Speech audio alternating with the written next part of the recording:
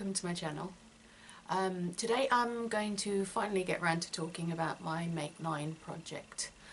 It's a bit of a challenge that's going around Instagram at the moment, and quite a few people who have Instagram accounts are also sharing it on YouTube. So I thought I'd finally get around to doing that.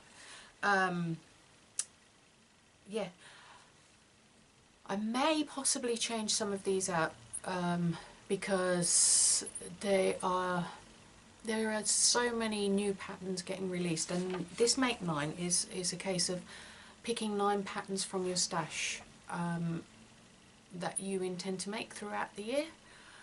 But my cat, sorry. The thing is, I'm probably going to end up with new patterns in my stash throughout the year, so I may either change some of these out, or I may just, if I have the time, try and make these. I'm looking down because they're here. Try and make these, and then just add the other patterns on anyway. So I'll see how it goes. But I thought I'd just tell you about these ones anyway, because these are the ones that I had a good think about and I think I'd really like to make. So first of all, I chose the Grainline Locti, which they describe as a modern slim fitting t-shirt that's really good for layering. So, you know, if you want to wear a jacket on top or a hoodie or something like that, which generally I tend to do anyway. I've learnt to layer because I think as I'm getting older I get hot flushes and things, so I like to be able to kind of remove stuff and then put it back on when I'm getting a bit colder. So yeah, I think if it fits nicely, if I can get it to fit how I would like, that will be one of those ones that I'm probably going to make quite a few of, because you can never have too many t-shirts.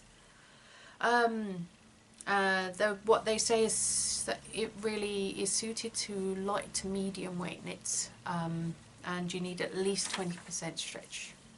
So I have a heap load of those already. So really I'm looking for the ideal knit top pattern, or a 2 or 3 that I can really make some basic essentials up for me. So I mean, I've got this one that I'm wearing now, which is the paper cut rise turtleneck, but there are another couple of turtleneck patterns that I do want to try.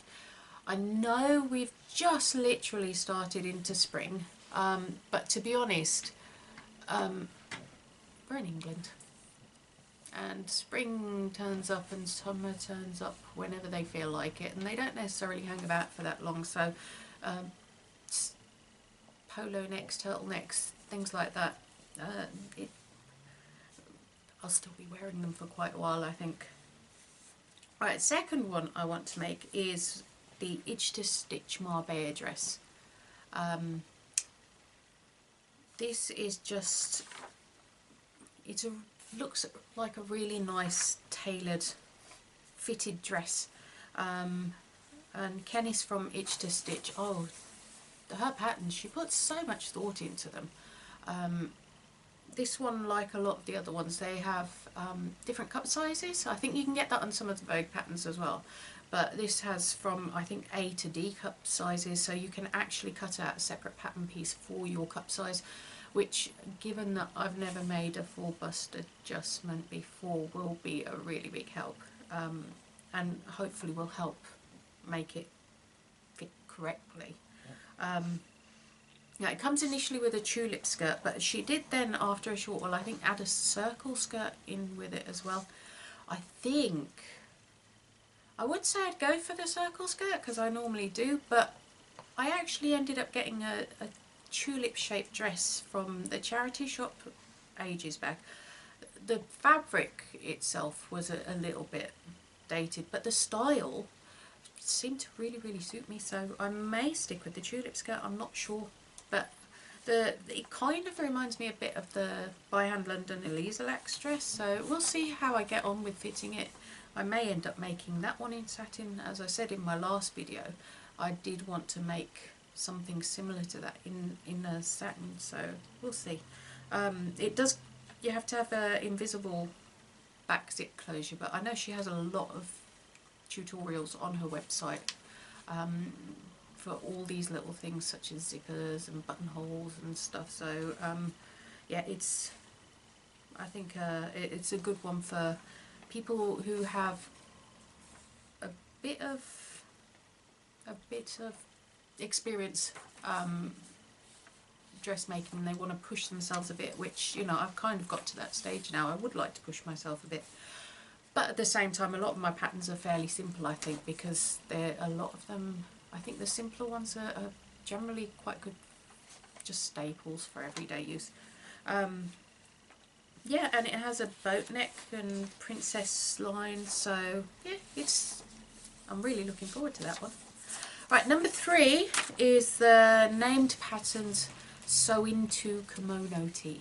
I've already kind of got the fabric I want picked out, which is a red ponte I showed in one of my first ever videos. Sorry, this little guy was sitting on my clothes.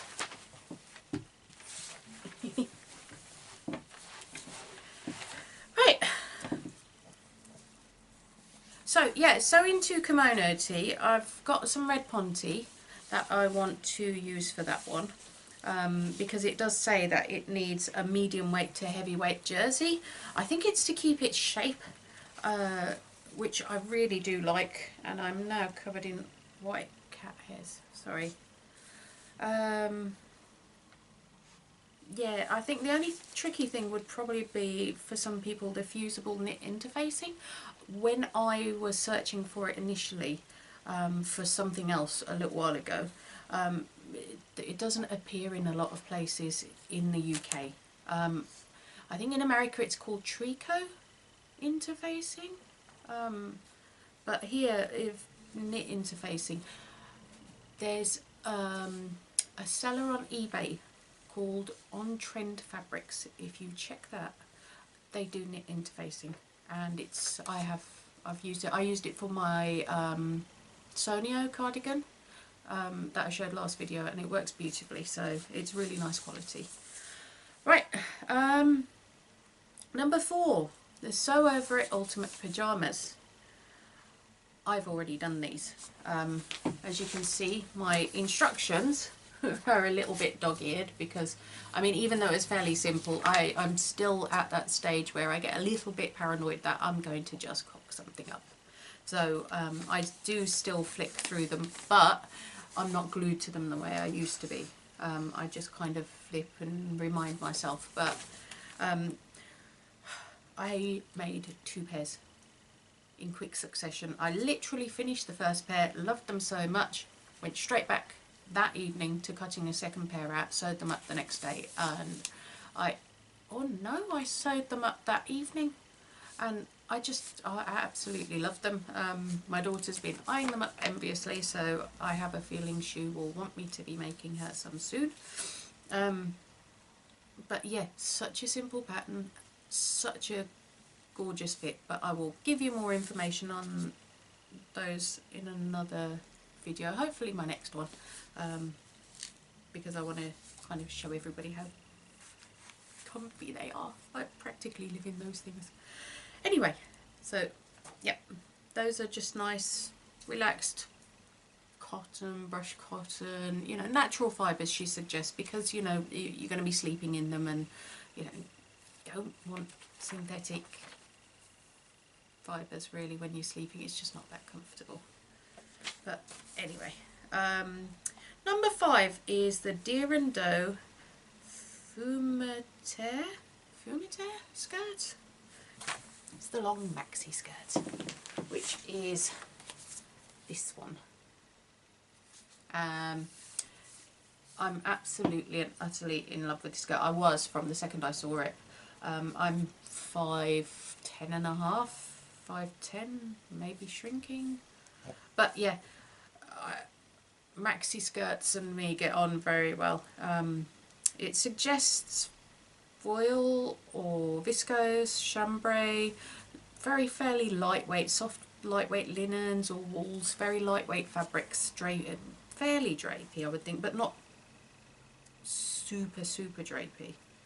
I think it's more a case of lightweight than drapey so much, but I think obviously if you choose a drapier fabric it will give it a different feel anyway, because viscose obviously is quite drapey but chambray not as much. So it would be interesting to see, maybe do one of each, something drapier, something not so drapey. But yeah, I absolutely love this one. It looks gorgeous, and I've seen a few made up on Instagram and in the blogosphere in general, and they're just gorgeous, really are. Okay, number 6.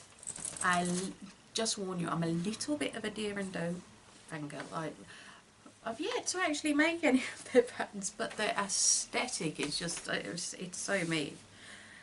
Yeah, number 6 is the deer and doe Melio shirt, Melilot shirt. I'm not a fangirl of their names. They were a bit tricky. You might want to put deer and doe, a little, you know, you get it in dictionaries where you write the pronunciation. That would be so helpful. But then again, it'd stop YouTube having a laugh at us. So yeah. Anyway, casual drop shoulders shirt. You can get long sleeves. You can get the shorter kind of kimono grown on sleeves. Oh, my dog's an idiot. Honestly, she's just lying on her back, rolling around. Anyway, I'm pushing my feet. She's trying to get me to play. They suggest batiste, cotton satin, which I'm not entirely sure what that is. Viscose, silk, flannel. Again, so fairly soft or drapey fabrics. Fairly lightish weight, I would think. But I think I quite like the kimono one, with because it has like the mandarin collar, which I think is really pretty, and a couple of patch pockets. But I mean the long one's really nice as well, so again, maybe a bit of both.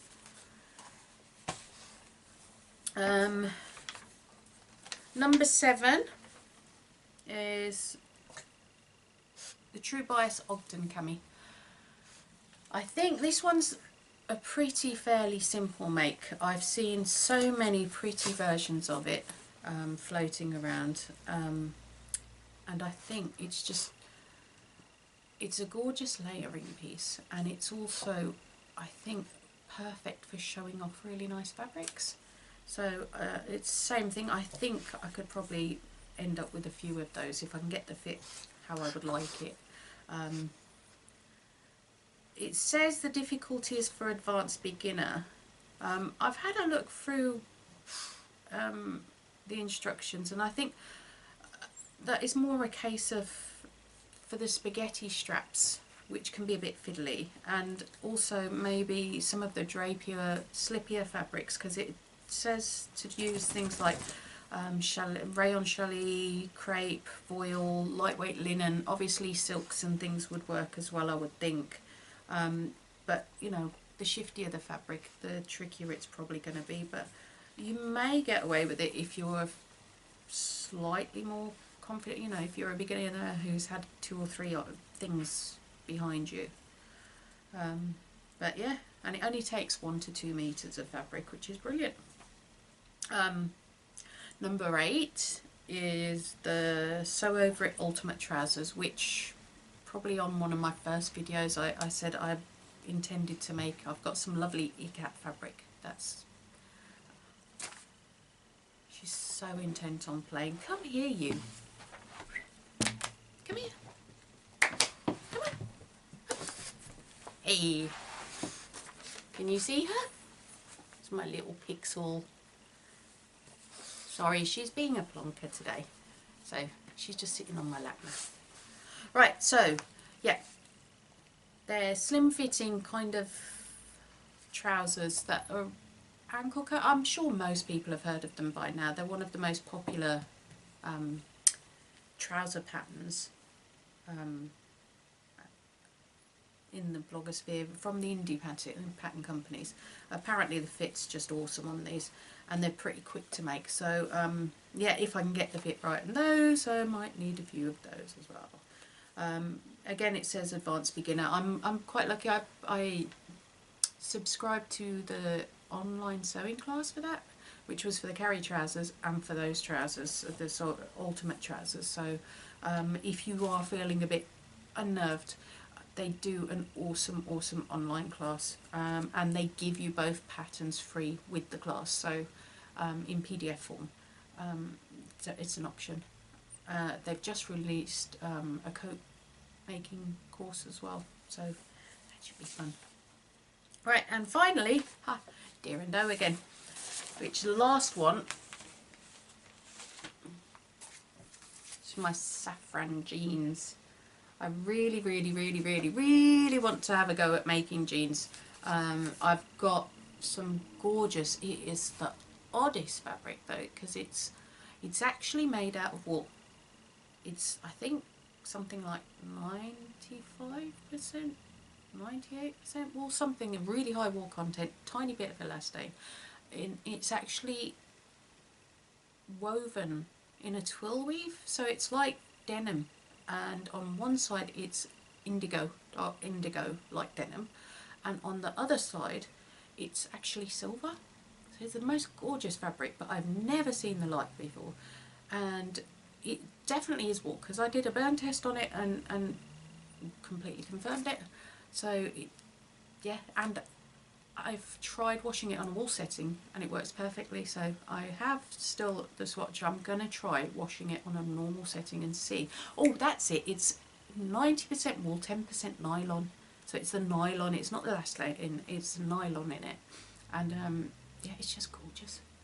But that's what I want to do in these, because they've got, if you see it, there's like little details on the pockets and things where you can actually use a coordinating fabric, and I'm thinking I might use the silver side on that. I'm going to shift my chair up a bit so you can see a little bit of my pixel, because she's been sitting here all nicely, and yeah, she hasn't been on for ages. She needs a haircut, so the next time you see her she may be bald. Yes, sorry. I know. But anyway, yeah, that's my Make 9. Like I said, I may swap and change. I don't know. It depends on how much time I get.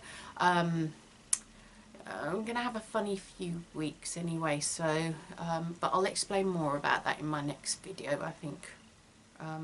But yeah, anyway, have a lovely weekend, or whenever you're seeing this. Thank you for watching. If you like, subscribe, or give me a thumbs up if you would like. If you don't, no worries, you can still watch anyway, I don't mind. And yeah, hopefully I shall see you very soon. Bye!